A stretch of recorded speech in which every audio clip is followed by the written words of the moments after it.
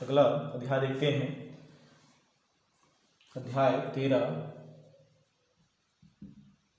अष्टम में देखेंगे। अध्याय 13 प्रतिशत के अनुप्रयोग। प्रतिशत के अनुप्रयोग। प्रतिशत के अनुप्रयोग अध्याय 13। इसके अंतर्गत हम देखते हैं, इसमें प्रतिशत के अनुप्रयोग में जहां हम प्रतिशत प्रति सैकड़ा हिसाब से जो ब्याज लगता है, तो प्रतिशत के प्रयोग जहाँ पे हम देखते हैं, सबसे पहले यहाँ पे प्रक्रिया अंतर्गत हम आते हैं चक्रवृद्धि ब्याज। ब्याज की गणना, ब्याज की गणना हम कैसे करते हैं? ब्याज, साधारण ब्याज का एक सूत्र होता है, पूर्व आप जानते हैं, PRT/100, जहाँ P क्या है? मूलधन है। कहा क्या है? मूलधन। R क्या है? दर, और T क्या है? समय। T क्या है? समय। तो इसका उपयोग करते हुए है हम चक्रवृद्धि ब्याज ज्ञात करेंगे। चक्रवृद्धि ब्याज जो उसको क्या होता है, एक माह पश्चात वह जो ब्याज है मूलधन में जुड़ करके नवीन मूलधन, एक माह नवीन मूलधन बनता है, और मूलधन और ब्याज का फिर ब्याज वहाँ पे गणना किया जाता है। तो इस तरह से ब्याज की गणना की प्रक्रिया अंतर्गत जो हम कार्य करते हैं वो चक्रवृद्धि ब्याज है। अगर वार्षिक के अंतर्गत हो तो वार्षिक अंतर्गत करते हैं, मासिक अंतर्गत हो तो मासिक अंतर्गत करते हैं। मासिक अंतर्गत क्या है? जो मूलधन है एक माह पश्चात वहाँ फिर ब्याज जुड़ेगा, फिर अगला माह के लिए मूलधन बन जाएगा। और वार्षिक दर में स्थिति में है तो एक वर्ष पश्चात मूलधन और ब्याज फिर मूलधन बनता है, और फिर वहाँ पे ब्याज की गणना ऐसी होती है। तो इस तरह से इसका हम अनुप्रयोग अंतर्गत यहाँ पे सवाल हम देखेंगे। प्रश्नावली 13.1 अंतर्गत इसमें जो पहला सवाल है, चक्रवृद्धि ब्याज ज्ञात कीजिए। चक्रवृद्धि ब्याज ज्ञात कीजिए। इसमें 4000 रुपये पर 2 वर्ष के लिए 5% वार्षिक ब्याज की दर से, ब्याज की दर से 4000 रुपये पर 2 वर्ष के लिए 5 पर वार्षिक ब्याज के दर से क्या निकालना है? चक्रवृद्धि ब्याज ज्ञात करते हैं। हल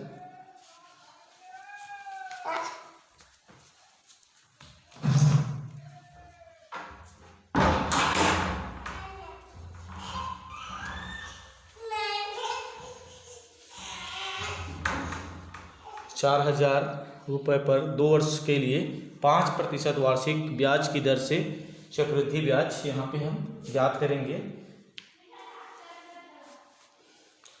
यहाँ पे देखें कितने वर्ष के हैं? 2 वर्ष के लिए है, तो 1 वर्ष पश्चात फिर वह मूलधन और ब्याज नया मूलधन बनेगा, और उसके पश्चात हम यहाँ पे निकालते हैं। देखें हल 2 वर्ष है प्रथम, पहले देखें प्रथम वर्ष के लिए, प्रथम वर्ष के लिए P मूलधन में है 4000, दर R का मान 5% वार्षिक, T 1 वर्ष। तो इस तरह से अब हम ब्याज की गणना देखेंगे। साधारण ब्याज के सूत्र का प्रयोग करेंगे। पहले वर्ष का ब्याज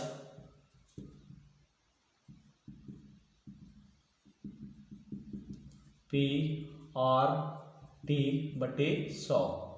P का मान कितना है? 4000, R का मान कितना है? 5, समय कितना है? 1 बटे क्या है? 100। 1 0 1 0 1 0 1 0, 40 से कम 40, 5 5 0 0 5 4 20, यानी कितना होता है ये? 200 रुपये। 1 वर्ष का ब्याज क्या हो जाता है? 200 रुपये। 1 वर्ष पश्चात अंत में मिश्र धन,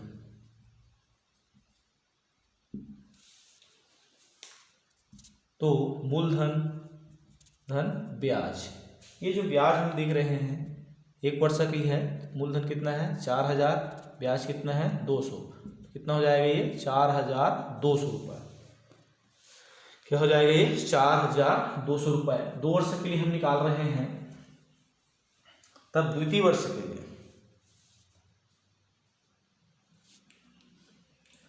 प्रथम वर्ष के अंत में मिश्र धन,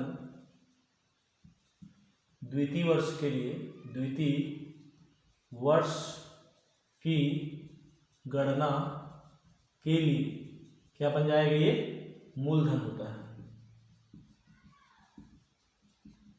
मूलधन होता है। अब हम क्या करेंगे द्वितीय वर्ष गणना, क्या करेंगे द्वितीय वर्ष गणना के लिए द्वितीय वर्ष के लिए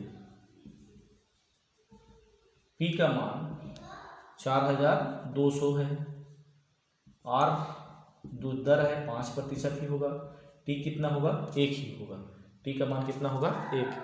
फिर इस सूत्र का हम प्रयोग करेंगे,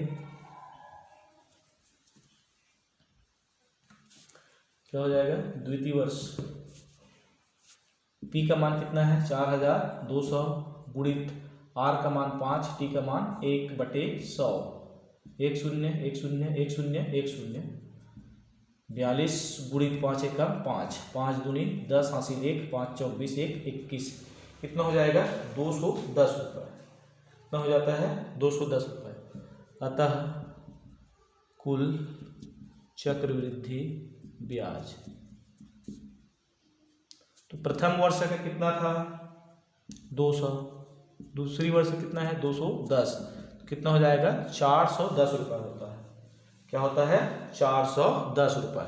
तो इस तरह से इसमें 3 सवाल है, तो आप सरलतापूर्वक समझ गए होंगे, क्योंकि एक वर्ष पश्चात फिर द्वितीय वर्ष के लिए जो मिश्र धन है वो क्या हो जाता है मूलधन बन जाता है, और फिर साधारण ब्याज सूत्र का प्रयोग करते हुए उसका फिर ब्याज की गणना हम करते हैं। अब यहाँ पे देखिए प्रश्न दूसरा, मिश्र धन ज्ञात करना है। गणना की प्रक्रिया क्या करना है, जबकि ब्याज की गणना प्रति वर्ष की जाती है। तो यहाँ पे देखें सवाल 7500 मूलधन है, समय T का मान क्या है 2 वर्ष है, और R का मान कितना है 6% है। तब हमें क्या निकालना है, यहाँ पे मिश्र धन ज्ञात करना है। क्या ज्ञात करना है मिश्र धन, क्या निकालना है मिश्र धन ज्ञात करना है। हल देखें,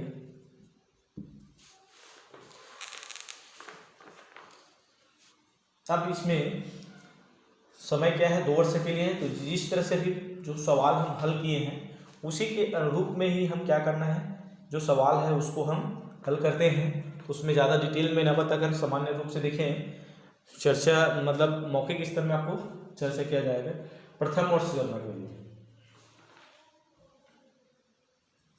प्रथम वर्ष के लिए P 7500, R 6, T 1 वर्ष।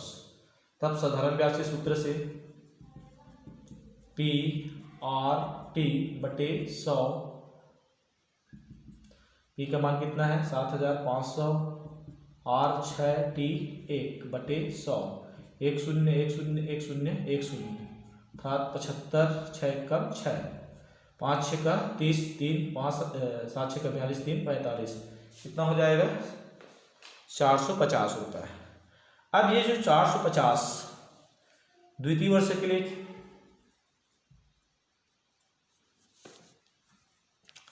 अतः एक वर्ष पश्चात मिश्र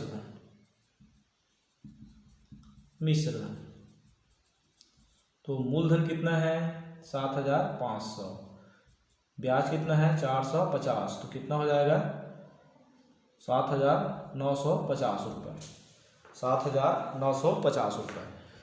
अब हम क्या करेंगे, ये जो द्वितीय वर्ष प्रथम वर्ष का मिश्र धन है द्वितीय वर्ष के लिए क्या हो जाएगा मूलधन हो जाएगा।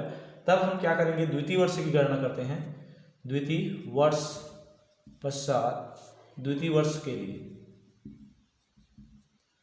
P 7950 R6T1। फिर इस सूत्र का प्रयोग करेंगे। P का मान कितना है, PR/T/100। P 7950 R6/1/100। देखें, 2 से 2 तिया 6, 2 से गुणा कर दे, 2 पंचे 10, 0 0 1 0 1 0 हो जाएगा 795 गुणित 3।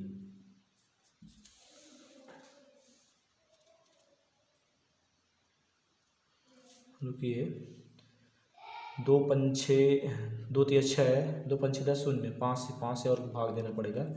5 एकम 5 हासिल 2, 5 तिया 15 हासिल 4, 5 नियम 45। कितना हो जाएगा, 139 गुणित 3।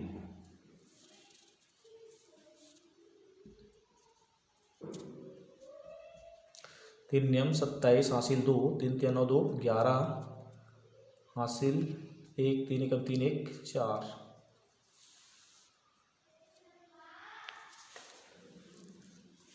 के गणना प्रक्रिया में देखें एक बार फिर, 7950, 2 तिया 6, 2 से 2 पंचे 10, 2 0 0 1 0 1 0 कर दिया। 5 से भाग रहे हैं, 5 1 का 5, 2 बचता है, 5 एम 25, 5 एम 25, 4 5 एम 45, तो 159 होता है। सॉरी, तो 9 तिया 27 हासिल 2, 5 तिया 15 2 17, 3 तिया 9 1 4। कितना हो जाएगा, 477 रुपये होता है। कितना होता है, 477। तब यहाँ पे 2 वर्ष पश्चात मिश्र धन, 2 वर्ष पश्चात मिश्र धन, तो मूलधन कितना होता है, 7000। प्रथम वर्ष का जो मिश्र धन मूलधन होता है 7950, धन 477, जोड़ते हैं 7 7 5 12 हासिल 1, 9 4 13 1 14 हासिल 1, 8427 रुपया यह मिश्र धन यहाँ पे होता है। तो इस तरह से यह सवाल प्रश्न दूसरा का पहला क्वेश्चन बताया गया है। इसमें 2 क्वेश्चन है, तो इसमें आप शेष 2 प्रश्न को आप 3 प्रश्न है तो 2 प्रश्न को आप सरलतापूर्वक हल कर सकते हैं। और इसमें कुल जो प्रश्न है शाब्दिक अनुप्रयोग अंतर्गत 2 क्वेश्चन है, तो इसमें से हम एक प्रश्न और देख लेते हैं। अनुराधा ने किसी संस्था में 5% वार्षिक ब्याज की दर से 8000 रुपये जमा किए। 3 वर्षों के बाद उसको मिलने वाला मिश्र धन ज्ञात कीजिए। 3 वर्षों के बाद मिलने वाला मिश्र धन ज्ञात कीजिए। देखें,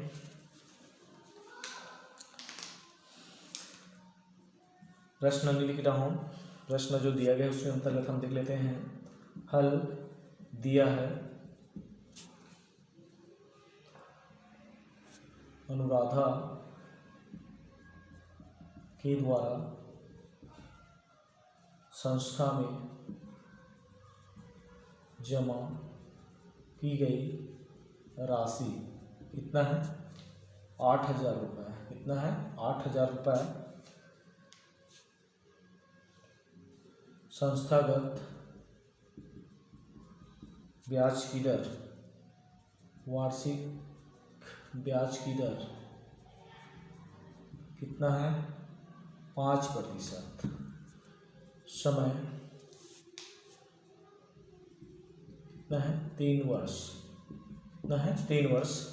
अब इसमें हम हल करेंगे 3 वर्ष यानी 3 बार इसमें गणना की प्रक्रिया हम करेंगे प्रति वर्ष के हिसाब से। तो यहाँ पे देखें, प्रथम वर्ष गणना के लिए, प्रथम वर्ष के लिए इसमें भी देखेंगे, ज़्यादा डिटेल में ना करके शाब्दिक स्वरूप में देखें। प्रथम वर्ष की गणना के लिए P कितना है, 8000 रुपये। आर कितना है 5%, टी कितना है 1 वर्ष। तो ये प्रथम वर्ष गणना कर रहे हैं। तब इसमें प्रथम वर्ष गणना के लिए फिर ब्याज देखें। सूत्र क्या है, पी आर टी बटे 100। तो पी का मान कितना है 8000 गुणित 5 1 बटे 100, 2 शून्य 2 शून्य, 5 शून्य 0, 5 8 40, कितना होता है 400 रुपये होता है। कितना होता है 400 रुपये। 1 वर्ष कितना हो गया 400 वर्ष। 1 वर्ष पश्चात मिश्र धन,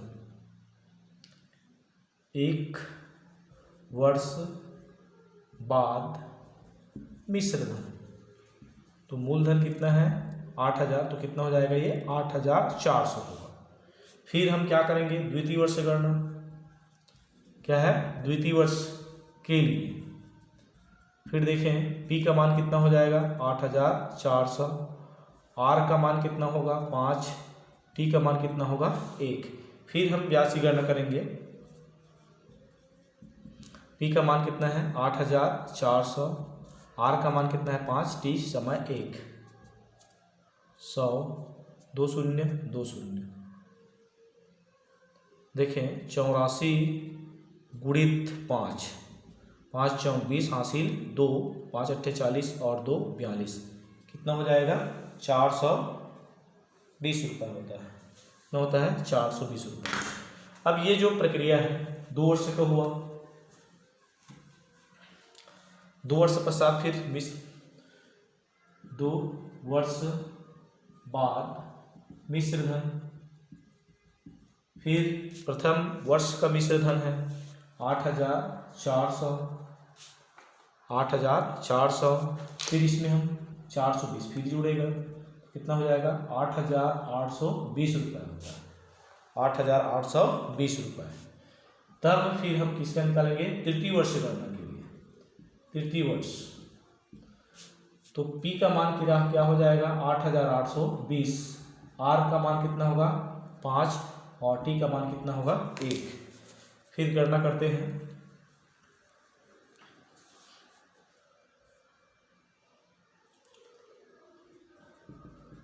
तृतीय वर्ष के लिए P का मान कितना है 8820, R 5 1 बटे 100, 1 शून्य और 1 शून्य कट जाएगा, 5 1 कम 5, 5 दूनी 10।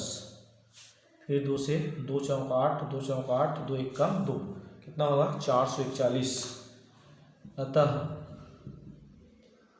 अनुराधा को 3 वर्ष बाद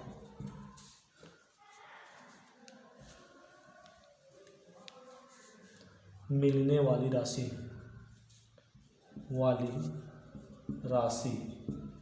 मूलधन कितना है तृतीय वर्ष के लिए 8820 और ब्याज इसमें कितना है 441।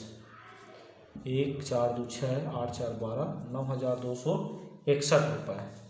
तो ये पे मिलने वाली राशि कितना हो जाता है, अनुधार मिलने वाली राशि क्या है 9261 रुपये। तो इस तरह से पहला प्रश्नावली अंतर्गत ये आपका सवाल क्लियर होता है। इसके पश्चात फिर अगला प्रश्नावली के लिए अगला वीडियो में फिर आपको बताया जाएगा। धन्यवाद।